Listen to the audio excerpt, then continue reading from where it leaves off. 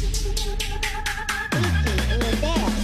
kailangan pang mabuhay ni Jose Rizal para lang isulat ang istorya nating dalawa? Kung meron naman tayong sariling mga pahina, pwede yung pagdugtungin at gawin natin novela.